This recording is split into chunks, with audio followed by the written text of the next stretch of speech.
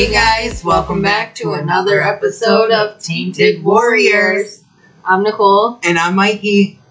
This week we're going to talk to you about kind of a bunch of different mysteries of Alaska.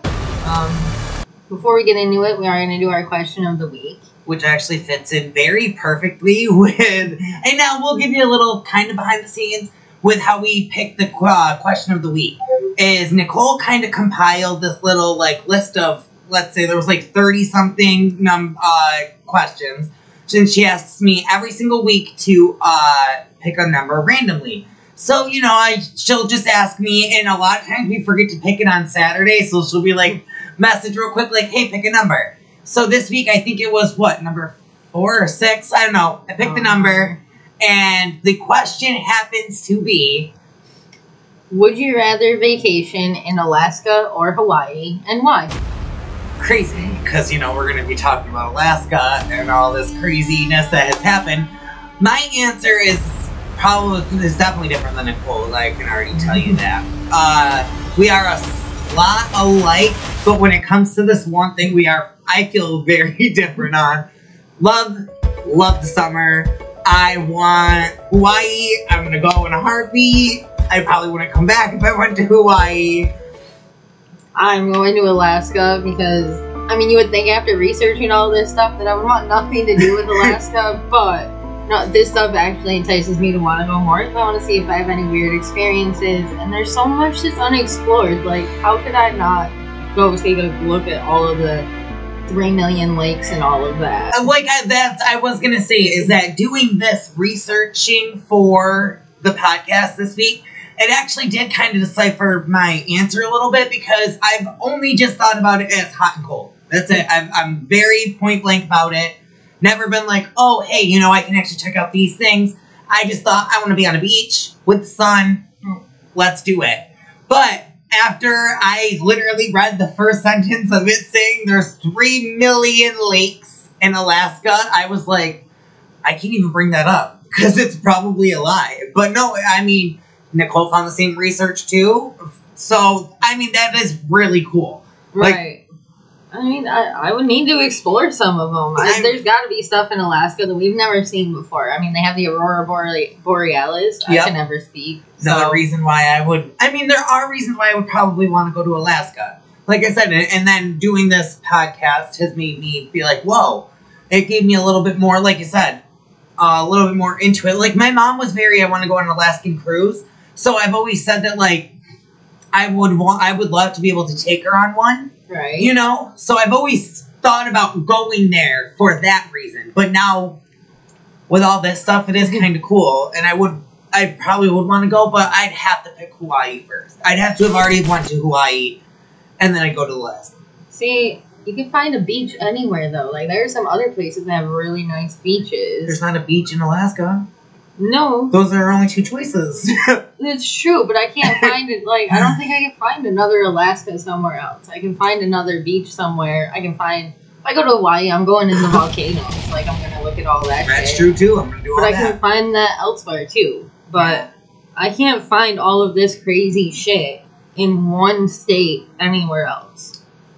I don't even know if you can find it all in one country anywhere else. This is some insane shit. It is. This is very crazy. And, just the stuff that Nicole has found is crazy. I didn't find that much. I found very basic. I found out, just, like I said, generic information about it.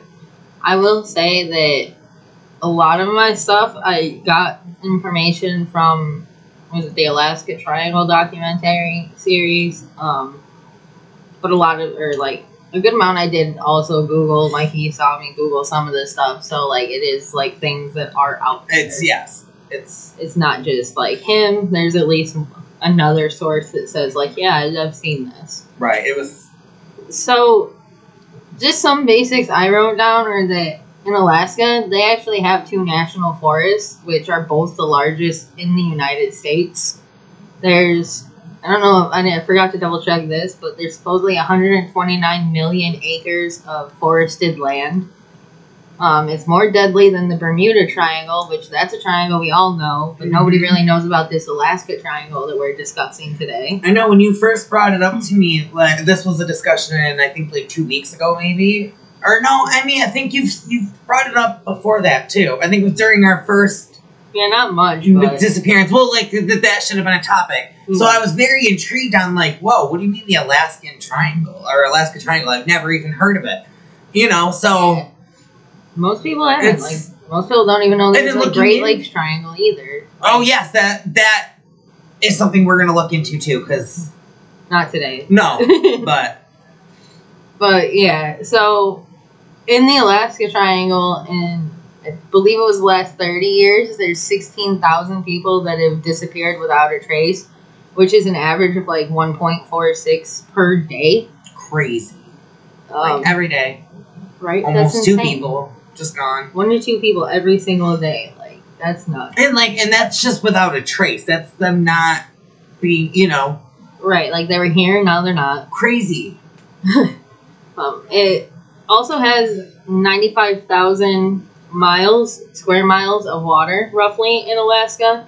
And the Gulf of Alaska actually has depths that can reach up to 26,000 feet. So it can go 26,000 feet deep in some spots.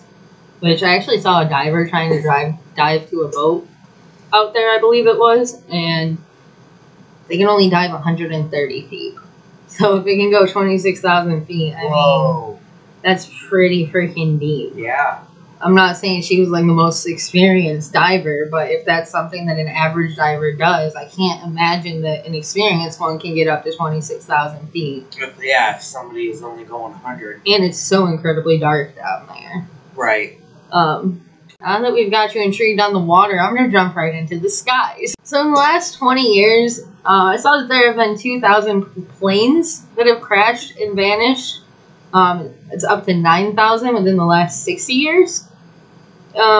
This location, the Alaska Triangle and Alaska in general, was actually during wartime tends to be one of the more heavily surveilled areas, especially like during the Cold War, for example, because it's only 56 miles from Russia. From one point of it, at like the tip, to Russia, it's only 56 miles. So it's a very strategical place. Like the U.S. likes to launch bombers and stuff from there. I mean, which makes sense. If you're 56 miles away from your enemy, you're going to want to kind of keep eyes on them and have a lot of people on standby if something goes wrong. Right. So, on January 26th of 1950, there was a Douglas C-54 military transport plane. It had 44 people on board, and it disappeared around 2 hours into its flight. The pilot was Dan Hampton, who was a U.S. veteran of the United States Air Force. He had done numerous search and rescue missions. He had 150 combat missions. He flew over 240 miles to snag Alaska that day. He made his first checkpoint or radio confirmation that he had hit the first target, but then he never arrived to Great Falls, Montana, where he was actually, the destination was. So he never arrives at his destination in Great Falls, Montana. An hour after he was scheduled to land, the plane was finally reported missing. The U.S. and Canada had actually been planning a war game exercise at that time that it was going missing, but they canceled that plan and sent all of their resources to go basically do a search and rescue for this Douglas C-54 plane. They confirmed that the plane had been flying away from the Soviet Union, because at that time it was the Cold War. It was still called the USSR, but that's Russia as we know it today. It had been flying away from there, and it had been far enough over land that they believed if the enemy had basically come after them, because it would have been by plane, that someone would have seen it, like there would have been notice that went off. So they confirmed basically that it wasn't an enemy. Attack, right. Take down. There was no enemy that took them out. There were 7,000 ground troops, 85 aircraft, and 300,000 square miles searched, but none of it ever found this missing plane. Now, within 30 days, in that same area, there were 4 planes that went missing. The Douglas C-54 was the first one. The second plane was a C-47. It was part of the search and rescue team. It crashed For no apparent reason, there was no reason ever given, even though there were no fatalities. So everyone on board survived, but no one could explain why this plane crashed. Like, not even the captain? Yeah, nobody. When I was looking at that, I was wondering. I was like, maybe I'm just, like, misreading that, or that's just weird. So the person that should be able to tell you, right? You know what I mean? Like, what happened? I don't know, that's just very weird. Yeah, I mean, I agree with that. There was a third one that I didn't write down, but if I remember properly, also had no fatalities, no reason as to why it crashed, but that one crashed near the last spot that the missing Douglas was known to be. The fourth plane is also very curious because this one was a B-36 nuclear bomber. It was twice as big as the Douglas C-54 that went missing. It was heading for Fort Worth, Texas on an exercise. So this one was not part of the search and rescue. This was a completely different plane. It was heading to Fort Worth, Texas on an exercise which would simulate an attack against Soviets. At this point, there were no intercontinental missiles or anything like that, so attacks were being done by plane. They would have had to fly. So you can kind of figure out like what would happen based off going from one target to another, if that makes sense. It ends up flying over the Pacific Ocean, turns around back into the Alaska Triangle towards Juneau, loses power, and then there was an atomic bomb. It wasn't live, but there was an atomic bomb on board. It was actually jettisoned into the ocean, so it was no longer on the plane, just fell into the ocean. And the plane crashed into a mountain. They never found the bomb either. So, I mean, it's not live, but there's a atomic bomb used in training exercises just chilling in the Pacific Ocean. And sounds safe. Right? Like, I don't know. It might not be live, but is there anything that can activate it? Like, right. You're gonna see some weird Hulk kind of shit where something falls down, touches it just right, and all of a sudden it explodes. I don't know. A fish just happens to like nick it just right. Finding Nemo. Oh yeah, forgot about that scene. But yeah. So on February 10th of 1950, there was a report that actually said UFOs had been stalking U.S. naval planes days before the Douglas disappeared. There was a Kodiak UFO encounter. It was noted 4 days before the Douglas disappeared that there was an object on radar traveling at 1,800 miles per hour that just vanished. It returned 2 hours later, that same object, to follow a Navy plane and then just vanishes again. There was a second report which was made by a lieutenant colonel. It was near the airbase the Douglas had left from. He reported 3 orange objects hovering at 25,000 feet above the military base before they also just vanished. A few weeks later, there were actually faint radio signals also coming from this Douglas C-54 plane that were heard on the distress band of the radio. But no one could make out what was being said, where it was actually coming from, and it gradually became more distant sounding until it eventually just stopped completely. So that's the fun story of the Douglas C-54. Now let's talk about the Japanese Airlines Flight 1628 in 1986. It was November 7th. The captain was an ex-fighter pilot, and he had 20 years of commercial flying experience. So again, another experienced pilot. At 5:11 p.m., he sees two crafts 2,000 feet below his plane flying in the air.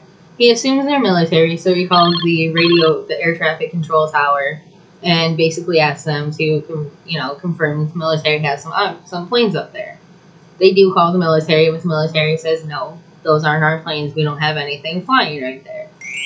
Suddenly, the UFOs actually jump from below the plane to directly in front of it.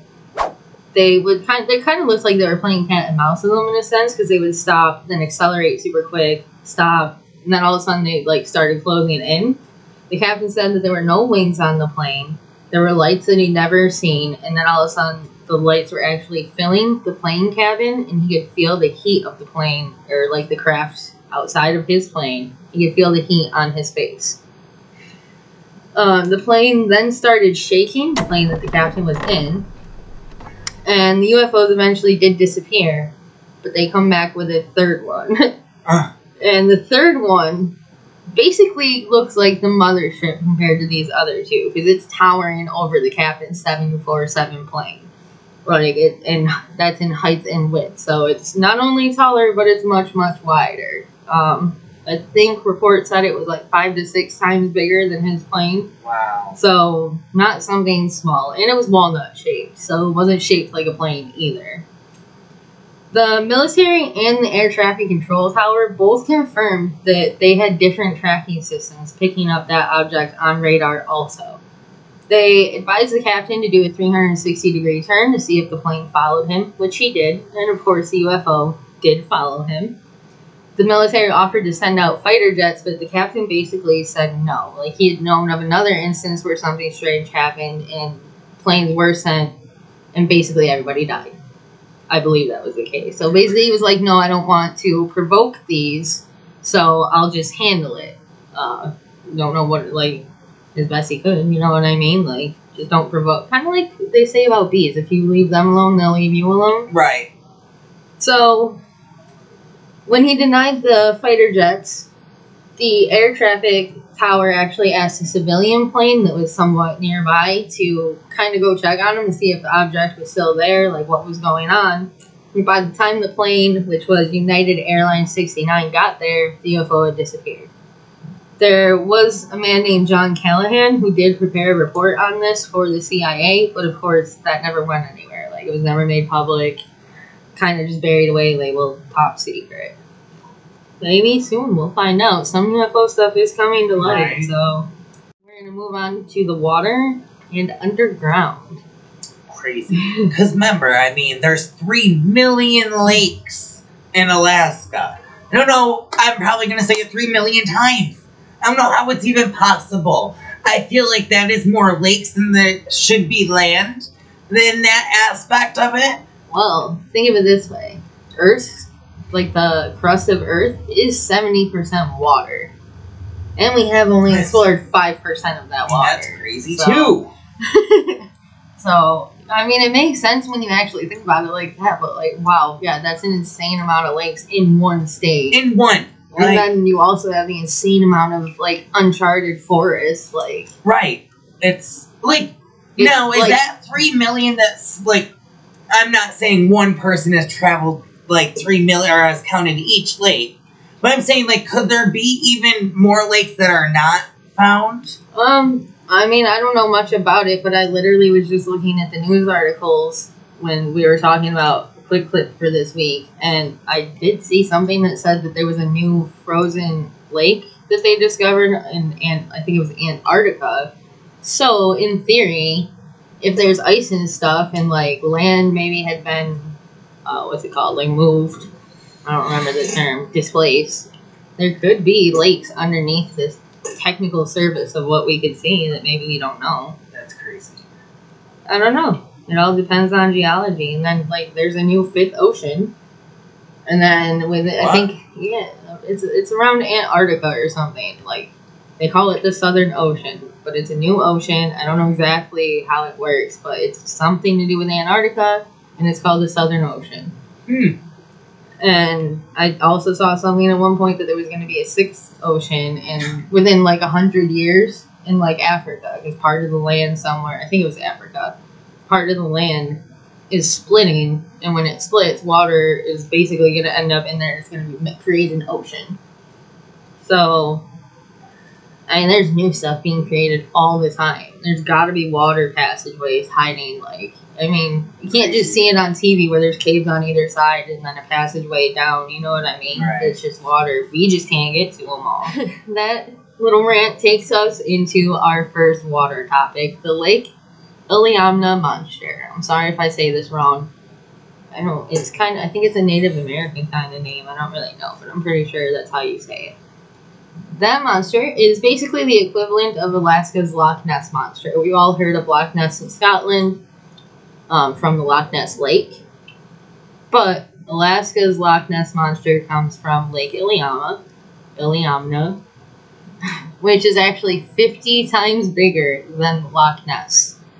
So, I mean, if you can believe that there's possibly a Loch Ness Monster in Scotland, it seems crazy to think there couldn't possibly be one in a body of water 50 times bigger that also hasn't been explored. Right. This one I saw only reaches depths of 1,000 feet deep at some parts, but still 1,000 feet is far beyond 130 that we can actually... I mean, again, I don't know if 130 is average or if that's good, because this woman had been a diver for, like, she'd gone on numerous dives trying to find, like, shipwrecks and, like, underwater evidence of UFOs. She was some part of MUFON. Right. If she went 130 feet, having had at least decent amount of diving experience, I can't imagine most people, if any, are going 1,000 feet. You might have boats and stuff, but I gotta also imagine the water is dark, you know? Like, oh, yeah. But anyway, people have reported in this lake seeing what looks like a 40 to 50 foot long, like, snake in the water. You can see the head go up, and you can see it kind of weaving up and in and out of the water with, like, 3 humps behind it. I think it's 2 or 3 humps. I want to say 3. The creature would be as wide as a canoe, sometimes it'd be 3 to 4 times longer than a canoe, with black leathery skin, an arched neck, and yeah, the 3 humps. And they would see this in the water. It was actually caught on camera by a fisherman I saw. He was local to the area. His name was Daniel. It just, I don't know. I don't even know how to describe it. You almost kind of want to say, like, if you pause the video, that it looks like rocks floating. But then you see it going up and down in the water. And you're like, wait, like, rocks don't move like that. It's crazy. There was actually someone with the U.S. Fish and Wildlife Department named Robin Levine, I think is the last name. I don't know if I may not have read my writing properly. So if that's not probably the right thing, I'm sorry. But Robin is definitely the first name. She thought at first that it was 2 eels just kind of twisting together in the water. But then when she actually reviewed it, she was like, no, this is one creature. It's pebble-colored with eel-like movement, but it's got pectoral and tail fins as well. And, like, she concluded it wasn't actually 1 or 2 eels at all. There was a missionary named Chuck Krapuschitz. Again, sorry if I got that name wrong. But it was 1967. Him and his friends had heard of the lake monster, so they... got a float plane, which I didn't know what that was. So if you don't know what it was, it's basically a plane that floats on the water. Like it's got like the 2 like buoy almost things on the side, and it can land and take off in the water. It's really cool. Exactly how it sounds. Because when I was younger, we were camping at this little like campground, and a plane actually landed on the beach that we were swimming in the water, and they ended up bringing it up to the little beach area, and we got to go and look inside of it, and it was so cool. We watched them take off the next morning. Yeah, I guess I should have known what that was based off the words float plane, but anyway, so they had their float plane, and they decided they were gonna pull meat behind it as they were going across the lake to basically try to catch this monster everybody was seeing. It didn't really go well for them. They didn't catch any monsters, but they did feel an immense creature pulling on the boat. And when it finally stopped and they went to investigate, they found that their tuna hooks, metal hooks, had been straightened out. So they were basically pulled straight. Someone took one end of the hook and pulled it straight. Or not someone, but the creature in the water. Not only that, but they had steel cables that had been completely bitten through. So that's something's jaw biting through steel cables. And I'm pretty sure there's no sharks in this lake, so it's not a shark. Can a shark bite through steel? I don't know. Because if you go swimming with sharks, they usually put you in that, like... steel cage, right? Yeah, I don't know. I can't imagine... that's a great weight, too. I don't know if there's any more powerful sharks, because I don't really know a lot about sharks. I don't know either, but I was just thinking in general, like... there probably are, but... I don't know. This is not a shark. I've seen the video. It doesn't look like a shark. It's crazy. There was Craig McCaw, who worked for the Bureau of Land Management in November of 2016. He was walking on basically like a little bridge, and he noticed a creature in the water. It was swimming upstream against the current, which apparently it had a pretty strong current, so he wouldn't have expected to find that, but it was doing it. It was in the Chena River in Fairbanks, Alaska, which is also located in the Alaska Triangle. He noted that it was at least 20 feet long in the areas that were exposed. So the area he could see but was at least 20 feet long. Not saying necessarily there wasn't more underneath that he couldn't see. Which, that was longer than any creature he knew of that existed in that area. And again, he works for the Bureau of Land Management. Like, he kind of has to know some of this stuff. He did the part of the body that was above the water. He did say it was covered in ice, which is really weird, because usually if you see animals covered in ice, you don't really see them, like, weaving in and out of water. When I saw that, I thought it was weird that he had ice, like, there were, it almost, like, you saw the body, but you could be like, you could almost mistake it as, like, a piece of ice floating until you realize that it's, like bobbing up and down, and then you can see that there's, like, a body that's it's formed underneath. Over. It's almost like if you took a chunk off the top of a mountain. Yeah. And put it in the water and attached it to a snake. Mm-hmm. And then let the snake try to move in and out of the water. Like, that's kind of what it looked like. Which just sounds insane to say, but that's what it looked like. It was crazy. So Craig McCaw also noted that it had a 16 to 18 inch wide head and dead black eyes, as if it was made for deep waters. Which, something we've been talking about. So there's these creatures called land prees, right? They only live underwater. They are still in Alaska's waters, even though they've been dated back to times before even the dinosaurs existed on Earth. So they're supposed to be in the water, but for no reason whatsoever that anyone has ever found, they started falling from the sky in Alaska in 2015. So people were just walking outside. This was in 2015? Yeah. Ooh, that's even worse. Yeah, people were just walking outside, and these eel-like fish with, like, their mouths are circular and just covered in teeth. I'll probably post an image. Maybe. I don't know. It's kind of graphic, so maybe not. But they have, like, a circular mouth, and it's just almost like multiple rows of teeth just circling around, and then there's, like, little, like, pinchers almost in the middle of their mouth, because they're basically vampires. They latch on and suck blood out of whatever they're attached to. Like leeches, almost, right? Yeah. Good way to describe it. Big-ass leeches underwater, but they fell from the sky in Alaska.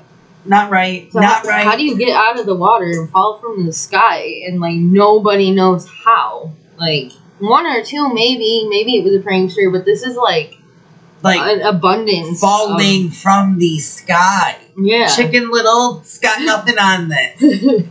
Chicken Little didn't know what Alaska had in store. Right? Oh. Like, don't run. You Alaska better was go like, in that hold house. my beer. You thought the cloud was scary? Watch this. Here's vampiring fish.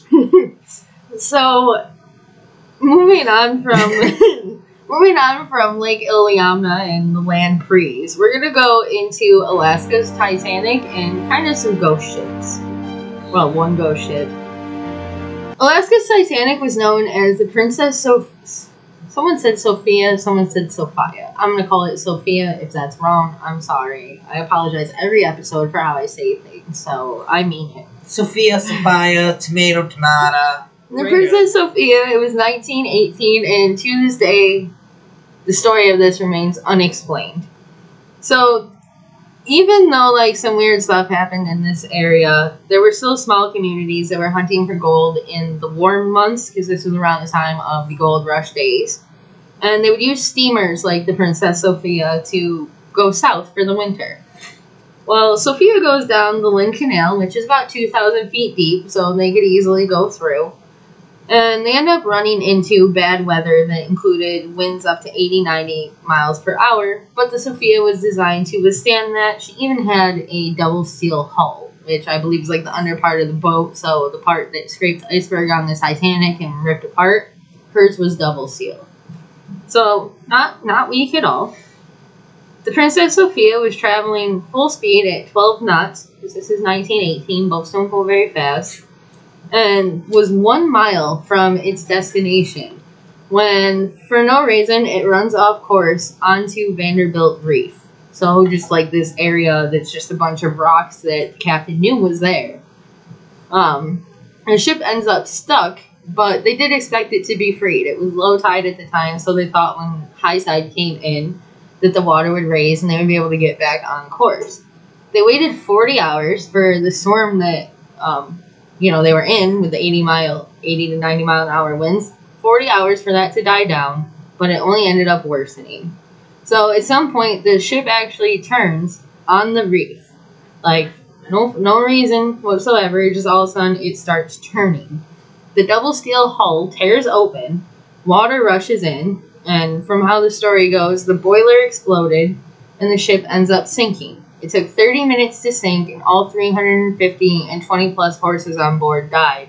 But there was one dog on board who did survive, which I'm not gonna lie, I was happy to hear that the dog survived, because I fucking love animals. I was really sad about the horses, but I was really happy a dog survived. Did you say there was 350 horses? 20 plus horses and 350 people. Okay, those were I don't think you said people. I think you said 350, and then you said 12 horses. So that's why I was like, wait. I think I said people. Well, I don't know. All right. No, it was 350 people, 20 plus horses, and they all died, and then one dog survived. Okay. The captain was, of course, blamed, but he was experienced. He wasn't just a new captain, and he had run that specific route for at least 2 years prior to this incident. So he knew what he was in store for. He knew how quick the weather could change. He knew about that reef. Like, there was no reason he would have just veered off course a mile from his destination and landed on this reef. So there were 200 bodies from this ship tragedy that were never found, never washed ashore, basically remain unaccounted for.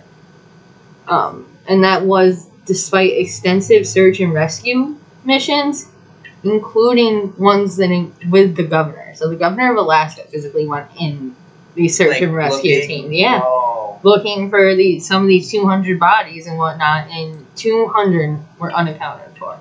At least. It may have been more. There was a woman named Annette Smith that actually dived to that wreck. And the video because she had like kind of like a GoPro kind of thing on when she did the dive. And when they played the video back, there was someone who, knows about ships and like the story and like boilers and all that. He noted that there were 3 boilers on the Princess Sophia, and in the video she took, all 3 of them looked to be intact, even though part of the story of it was that the boiler exploded before the ship sank. So that was a little bit of a weird factor, because like, I don't know how they found out the boiler exploded unless like it was radioed in as they were calling for help. But it didn't explode, so it wouldn't really make sense for you to radio that in. So I don't really understand that. But I mean, you could see the video. I saw the video, so I'm assuming anybody can find it. It's really weird. But the Princess Sophia wasn't the only one that ran into issues in the Alaska Triangle. And in 1931, the SS Baikimo also disappeared. Like, literally just disappeared. But there were reports of it being seen without a crew or captain for 38 years after that. So it was the largest ship that ever sailed in the Arctic Circle at that time. There were local natives that weren't used to ships like that. So they made a mini replica of the SS Baikimo, which you would think, oh, that's cute. Like, they want to remember a big ship. Some people think that they were actually cursing, because shortly after, the ship became trapped in ice. Which, that wasn't a big deal. It was Alaska. Like, the crew understood that this was something that they risked. They didn't even, like, really make a big deal about it. They abandoned the ship, technically, but they set up camp close by so that they could keep an eye on the ship. It contained $1 million in fur and cargo. So, like, they were going to keep a close eye on it. And it was November 24th of 1931. The temperatures dropped to below negative 60 degrees. So that was actually followed by a snowstorm also. So they got trapped in their shelter until the 27th, when the storm finally lets up and they're able to go check on their ship. When they go to check on the ship, they find that it's vanished. Like, no way it could have broken out of all this ice. Like, I'm assuming they still found the hole where the ship was, but around that hole was all ice, no signs that it could have sailed away, been stolen, like it didn't sink, there was no reason to think that it sunk, it just straight up disappeared. Intuit hunters were the first ones that actually say after it vanished that they were seeing it kind of roaming the seas without its crew or captain. In 1942, there was a man named Leslie Melvin who actually claimed that he got on board the SS Baikimo, and confirmed that it was deserted, but at the time that he was getting on the ship, there were supposedly planes also flying overhead that couldn't even see the ship he was getting on. So, I don't know if that's kind of like a crack in the space-time continuum, so only he could see it and, make contact, but, the planes weren't in that little crack. You know what I mean? He couldn't see it, or, it could be you're lying. I don't really know.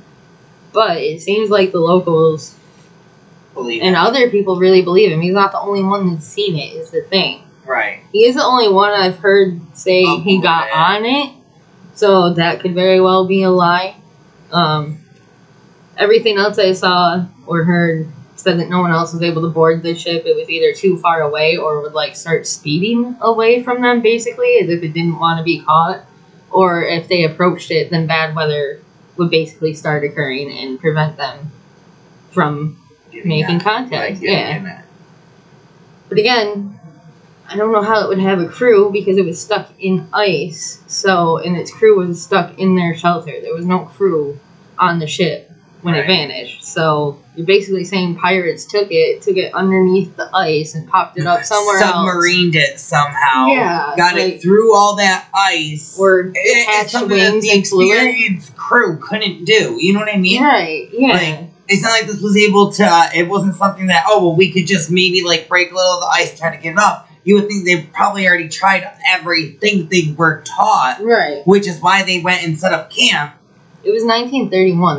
They didn't have the things that boats have nowadays that can break through ice, because there are some ships now that go through the ice, and they just kind of break it as they go along. Right. But anyway, more weird stuff with water. So this is no longer about ships, I will admit. I mean, it is, but not ships that float on water. Well, I guess it kind of is. In 1945, it was December, there was an army transporter, which is actually a boat. It was called the U.S. Del Roth. The crew spotted ripples in the water about a mile away from where they were. Suddenly, they saw a circular object emerge from the water that they noted was 150 to 200 feet wide, wasn't affected by the wind, and came up to them. It ends up circling their boat 3 to 4 times before it shoots off. They decided not to attack it, not to try to provoke it, because it wasn't hurting them. So it circles them and then shoots off.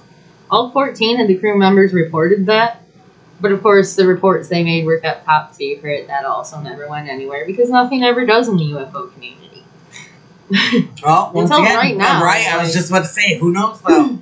But we're getting stuff from 50 years ago revealed now, so it's not true. And it's 1 or 2 basic things, right? It's still not true.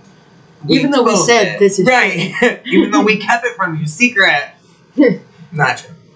So, there was actually a man named Dan Willis in 1969. He was a high-speed code operator with Naval Communications in San Francisco. He had top-secret clearance, and he could actually get messages from ships, and basically would decide if it had to be top clearance and brought to a high-level official, or if it was just kind of whatever. He gets a message from a ship off the Alaska coast. It reports that there's a bright, glowing elliptical object about 70 feet in diameter going 7,000 miles per hour. The object had risen out of the water and then ends up shooting off. Dan Willis labeled it top secret, gave it to the chief of his job, and ends up getting hidden away. Nobody ever sees that report, of course. Beverly Waltz, because you think people are crazy, UFOs are not coming out of the water. Here's another one. This is not a government person. This is just your average, everyday citizen. Beverly Waltz of Whittier, Alaska. She was just looking out her window one day, as many of us do, staring at the water. I would hope to one day enjoy a view like that, but that's in the future. So she starts seeing various lights over the water, and she's like, "What is that?" And she goes and she gets her binoculars. When she looks through the binoculars, she sees these UFOs raising out of the water, and then once they get to the skyline, they shoot off. Now, I don't know if she was exaggerating, but she did say that she thought there were thousands of these crafts. And I did see something else where, like, local, like, villagers or something had reported seeing thousands of these things come out of the water also. So, that's a lot, but... And that was in a place called Smitty's Cove, which, of course, is also in Alaska, in the Alaska Triangle. But now we're going to move on a little to something still underground, less water involved. It's called remote viewing in Mount Hayes, and I kind of like this part because we've already talked about remote viewing in our extraterrestrial podcast, so I like that it kind of fits into this. And, like, there's more people doing it, like, almost like it solidifies, like, that it is a thing. So, I believe I mentioned previously Operation Stargate was the remote viewing and kind of psychic espionage program for the U.S. government. Pat Price, who had been a former police officer and worked for the Stanford Research Institute, was recruited by the CIA for this remote viewing project. Which, if you don't know what remote viewing is, that's basically astral projecting. So your soul essentially leaves your body. You can stand outside your body, see what your body's doing, but your body doesn't move. Your soul just kind of travels through the world and does whatever it wants. It's like, you've seen Insidious? That's astral projecting, when they're looking at themselves outside their body. So, during one remote viewing instance, Price actually felt compelled to view Mount Hayes. Like, his intuition was like, I need to go check this out. And Mount Hayes is in the center of the Alaska Triangle. He claims that he had actually seen an underground military base where there were scientifically advanced humanoids working side by side with humans. He said he could also see Fort Greely from there, which was 40 miles away, and noticed that they were moving like a 12-foot tall object covered in a tarp from one hangar to another, and he thought that that was a little weird. He was actually found dead in his hotel. His body was cremated prior to his family even being notified, which is against every freaking thing, like moral and legal rules. His death was ruled a heart attack, but of course, he was cremated, so who really knows? How would you really know that? You destroyed it before he could have an autopsy, even. Or a legit one, like anyone could argue. But it was ruled a heart attack. But what was funny about that is, before his death, he was complaining of stomach pains. And he had actually met with NSA officials the day before he died, and had documents on him relating to remote viewing. So... a little bit of a conspiracy there. There was another remote viewer named Lori Williams. She's actually still alive, I believe. I think you can Google her and find information. I think she actually has classes to try to teach people how to, like, get in touch with that side of them to be able to do it. But yeah, she tried to recreate Pat Price's remote viewing experience that day. And she said that she saw a tunnel-like structure. I think basically she went through it when she was astral projecting. And she also saw human-like creatures, well, what she described as human-like creatures, underground that appeared to be scientifically advanced. And they were working with humans. She said that they were experimenting, doing research, doing dissections. She noted that basically materials that the advanced humanoids needed were being extracted. Like, there was a reason they were here and they needed something from the planet. But basically she kind of confirmed what Pat Price had been saying and then elaborated a little bit more. But she's not dead yet, so I don't know. Maybe we should keep an eye on her. Right. I don't know how recent she actually did that. And then it is just interesting to note that the Naval Soviet intelligence did say that more than half of the UFOs are coming and going from the oceans. So it's a little weird that Soviet obviously was Russia back in the day. You're saying UFOs are coming and going from the water at the same time all this crazy stuff's happening and people are saying the same thing. Like, anyway. Now we covered the skies, we covered the water, we've gone underground, but you're like, alright, so can I visit the land? No, you probably shouldn't. I mean, not unless you... Maybe just some cities, but if you're, I don't know, anything to get you, including ghosts. First, let's talk about, you've all heard of Bigfoot. Alaska has their own Bigfoot that they call the hairy man. He's half human, half ape-like. He's a beast that can rip a human in half with just his hands. Usually, he gets only aggressive and, like, defensive of his territory. I say his, but he could be anything. I suppose there could be females. Please don't judge me. I'm sorry. But the hairy man could basically just defend the territory, because that's their territory. They don't want you in it. They're covered in fur, walk on two legs, and they're 8 to 9 feet tall, and move extremely fast. There was a man named Stephen Major, who actually found a footprint. Like, he put his foot next to it. And the footprint he found was, like, double the length of his foot. And I want to say, like, 2 to 3 times as wide. So it was pretty freaking big. It still had 5 toes, but it didn't have any arch in the foot. Like most humans, you know, we have some kind of arch. And it had a very wide heel compared to ours. Like, if you look at our feet, the top is usually wider than our heel. But in this footprint, it was, like, basically the same. So that was kind of weird. There was, in the early 1900s, there was a place known as Port Chatham. It was basically a fishing community. They had their own cannery because the water was very abundant in fish, so they would fish right there, bring them right into shore, and they could can it all right there and basically have a thriving community. But in the early 1900s, there was a supervisor of the cannery. His logbook was found, and it noted that there was something menacing in the woods that ultimately made the entire workforce leave. They closed for that season, and they did reopen the next season, but as they stayed open, more events kept occurring until eventually it shut down for good. When they were there, the workers demanded guards, and if there weren't guards, they would go on strike, because they truly believed that there was something menacing in the woods. Right. In the 1920s to 1930s, there were people in that area that would go out hunting and not return. If their bodies were found, they were found dismembered. And they would have no claw or fang marks or, like, any signs that a human did it. They would just have their limbs, like, torn off and thrown about. In 1949, or by 1949, settlers actually deserted that area completely. So whatever was in the woods that was menacing them was so terrifying, they just abandoned this community that was thriving off fishing and just left it. They actually believed that Port Chatham might be, like, kind of a refuge for these hairy man creatures. So nobody goes there. And, like, even when the settlers did try to make this fishing community and succeeded, when they got there, there were no indigenous people because the indigenous people wanted nothing to do with that either. They're, like, basically like, no, that's not land for people. So that's just a little bit on hairy man. Next, we have some hauntings, because if you don't believe in Bigfoot, maybe you believe in ghosts. There was a woman named Sarah Jepson who moved into a cabin with her 2 daughters in 1999 near Sterling, Alaska.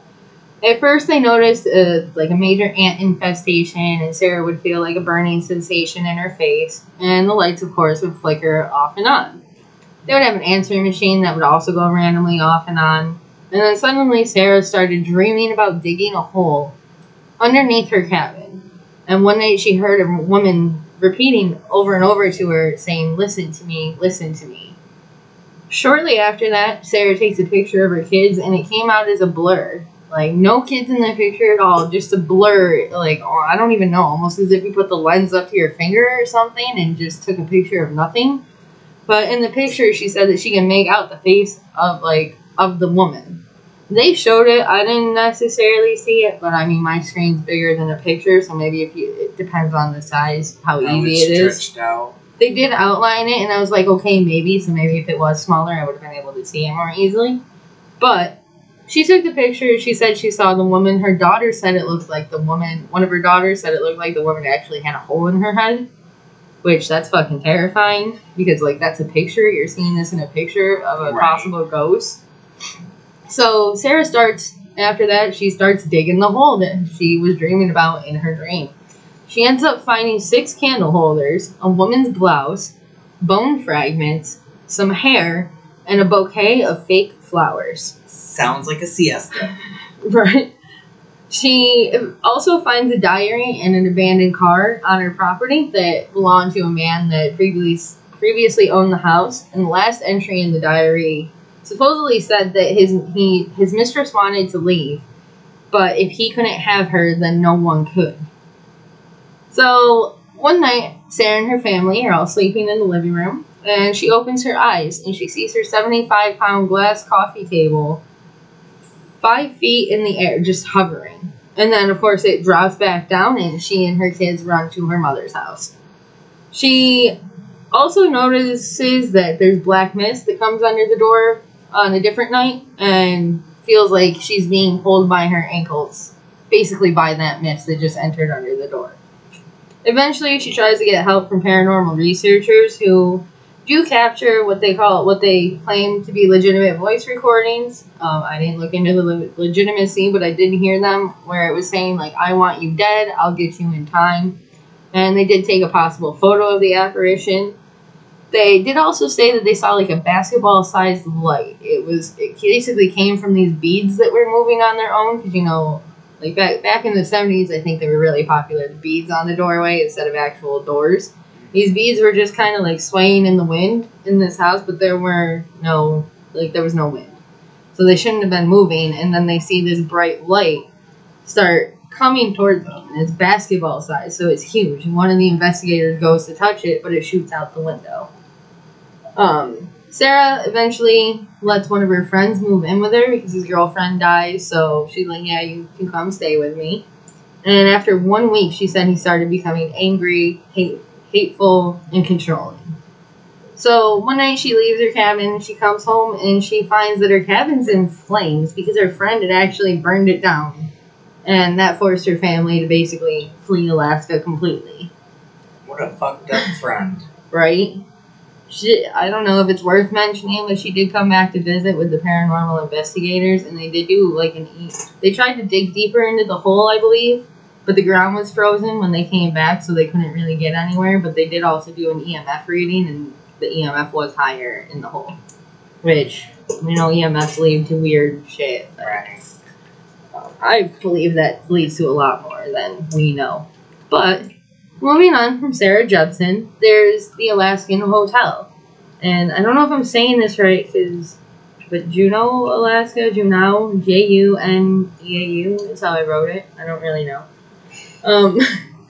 But supposedly it was actually built on sacred Native American land, or native lands. Janu then? Janu? I don't, right, because Juneau can't be right because there's already a Juneau, so right. Unless people are spelling that wrong, then Janu or Juneau, or I don't know.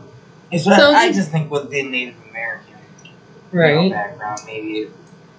But it's called the Alaskan Hotel, and it's in Alaska. On September 8th of 1998, there was a man named Charles who was 44 years old, and they found him dead in a room in the basement. He was face down in a hot tub that he had rented from the hotel. They stopped renting hot tubs and using that as a commercial space after his death. But in room 219, there was a woman named Alice who lived with her beau. He had left to go seek his fortune. I believe it was during like the gold rush times also. And she runs out of money, so she turns to prostitution because she wants to stay in her home. Her boyfriend comes back, of course he gets furious, and he ends up killing her. And to this day, there's still reports of Alice's ghost being seen. It's actually theorized that she may have led to this next thing in room 315, which was in 2007. A sailor who was drunk had gone to the hotel and requested a haunted room. He was alone, but the guests around swore that they actually heard more than one voice, heard yelling, screaming, basically just chaos in the room. The sailor ended up throwing himself out the 3-story window, and the next building was so close that if you're falling, you would have been scraping against this building also. So as he's falling, he's scraping himself, of course, and he's breaking other windows of the hotel on his way down also. ultimately, I read that he did survive and, like, made it out of the alley to the street where, like, police ended up coming. But he gave no explanation or motive for what just transpired. As if no one was going to ask questions about why you're throwing yourself through a window. Tossed yourself out 3 stories, scraped pretty much all the way down. Right. Broke windows, and all you can say is nothing. And walked away. Like, what? Nothing. No reason, can't remember. I mean, I can even accept if you be like, I don't remember. It's crazier but it's than that, too, because the police broke into the room and found blood everywhere, like on the ceiling, the walls, the bed, and, like, of course his window was broken. So, like, all of that, like, and you can't explain how, why, how are you okay? He swears he was alone? He was alone when he checked in. Like, you're in a hotel, usually you know, like, the front desk knows if someone's coming to go into your room, you know what I mean? Right.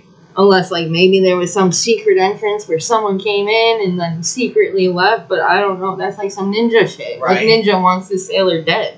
Like, I believe his ship was just docked for a night or two. Right, and I feel like, if anybody wanted you dead, I don't think they would have thrown your dead body. They would have killed you in the hotel. You know what I mean? They would have left you in the room and then snuck back down. I don't think they would have tossed your body out the window. Poisoning or something. And then turned around and then you're not dead, though. Now you can crawl away. Like, right? Weird. Yeah, I don't Crazy, know. Unexplainable. If ghosts aren't weird enough for you...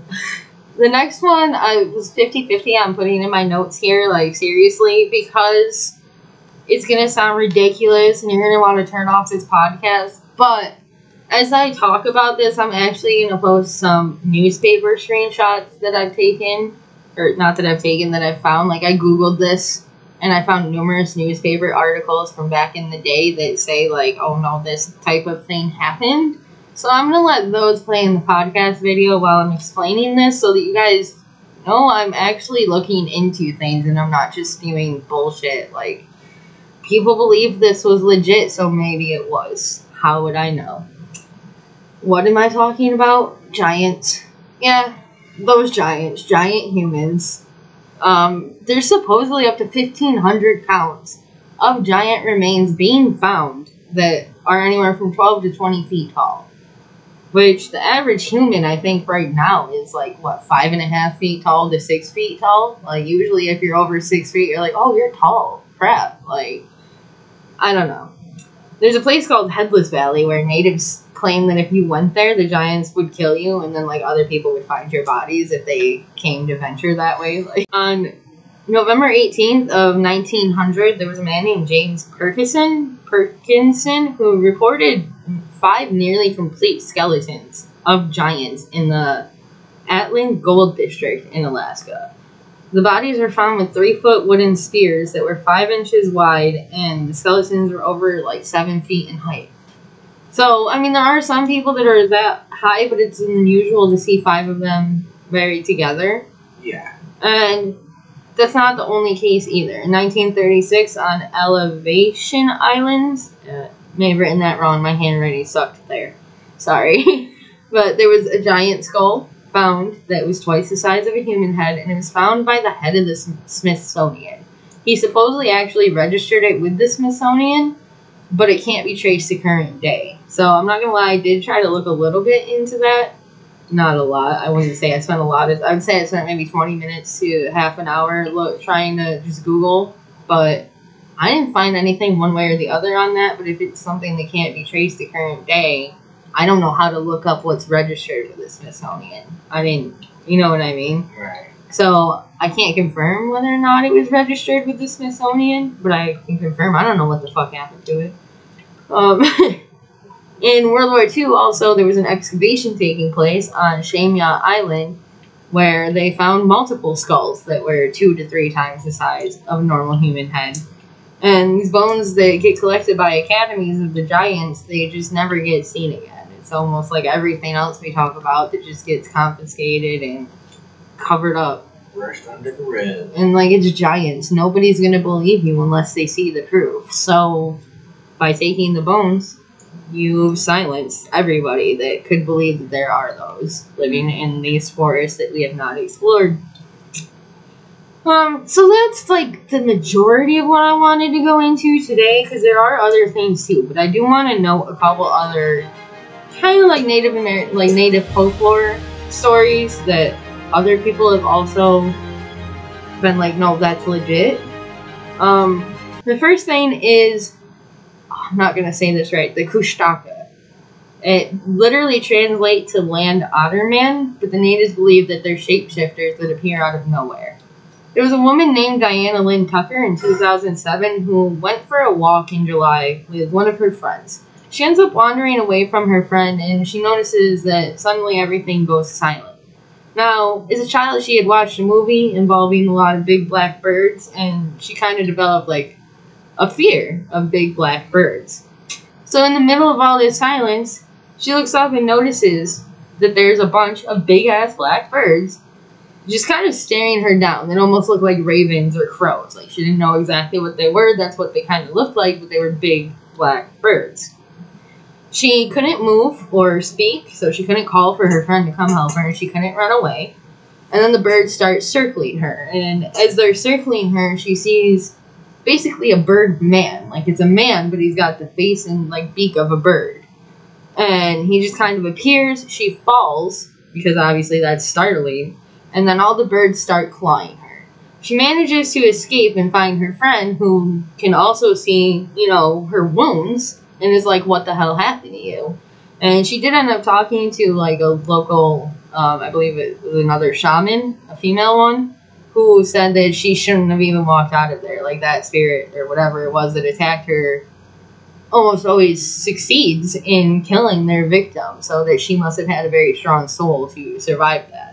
And when they were showing her interview, she did actually point down to her arms, and, like, she still has scars. So I don't know what a bird scar looks like, so I'm not going to confirm that it looks like she's legit, but, like, I mean, they're in the spot where you would expect if you're trying to defend yourself, you're putting your arms up, and it was, like, one of them almost looked like a V, and I'm like, that's weird, but okay. So that's one instance of the Kushtaka apparently attacking. This one I'm iffy about, guys. Okay, but I'm going to put it on here. It's mammoths. And yes, fully mammoths, the ones you're thinking of that we like to find things of and try to bring their DNA back to life. In the early 1900s, there was a scientist named John Frazel who claimed he actually discovered prints in Alaska that were too big to be a modern-day elephant, and believed that they were a mammoth. And it wasn't just him, there were 3 other guys with him that verified his account. So it's a little weird because that's 4 people seeing footprints and saying, no, these are from a woolly mammoth in the early 1900s, way after they should have been deceased. There was also a case in 2015 where the Alaska Earthquake Center was getting a bunch of readings near Coal Teeth River Mountain Station. And they said that it was something massive moving, but there were no earthquakes being reported at that time. And eventually, when they go to check the monitoring device, they find that it's completely smashed. So, not saying that's a mammoth, but I mean, that's what would be massively moving that registers as an earthquake that no one can account for. Like, I don't even know. Maybe that was a UFO too, I don't know. The last one I have for you is the thunderbird. It's another folklore creature in the Tlingit area. It's a giant bird that the natives claim can actually control the weather and is large enough to basically pluck a 3,000-pound beluga whale out of the water and just fly off like it's nothing. So that, taking a human, it wouldn't even be a snack. Yeah. In 2005, a man named Charles Gaines said while he was in a valley, he saw a giant bird with a 20 to 25-foot wingspan. So that's twice as big as California condors, which are the largest North American bird. And just in case there's any confusion, North America includes Canada, the United States, and I think Mexico, at least part of Mexico. I could be wrong on Mexico, but it's multiple countries. There was also a Dillingham pilot and his passengers who reported seeing a bird at least the size of their plane with a 35-foot wingspan.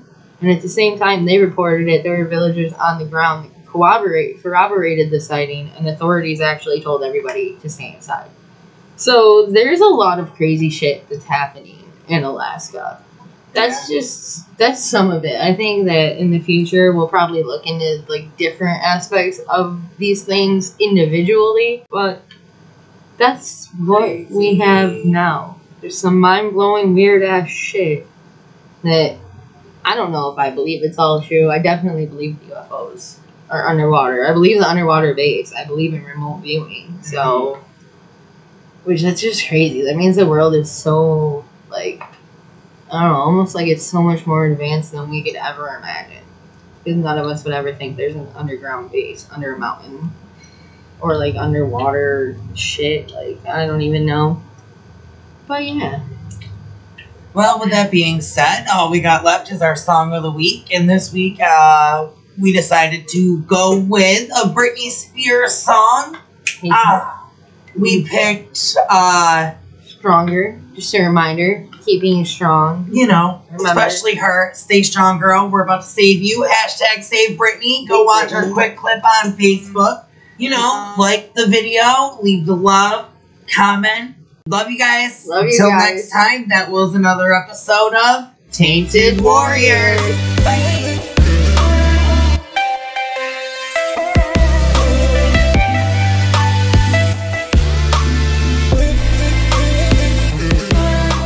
Tainted Warriors, a TW Productions podcast.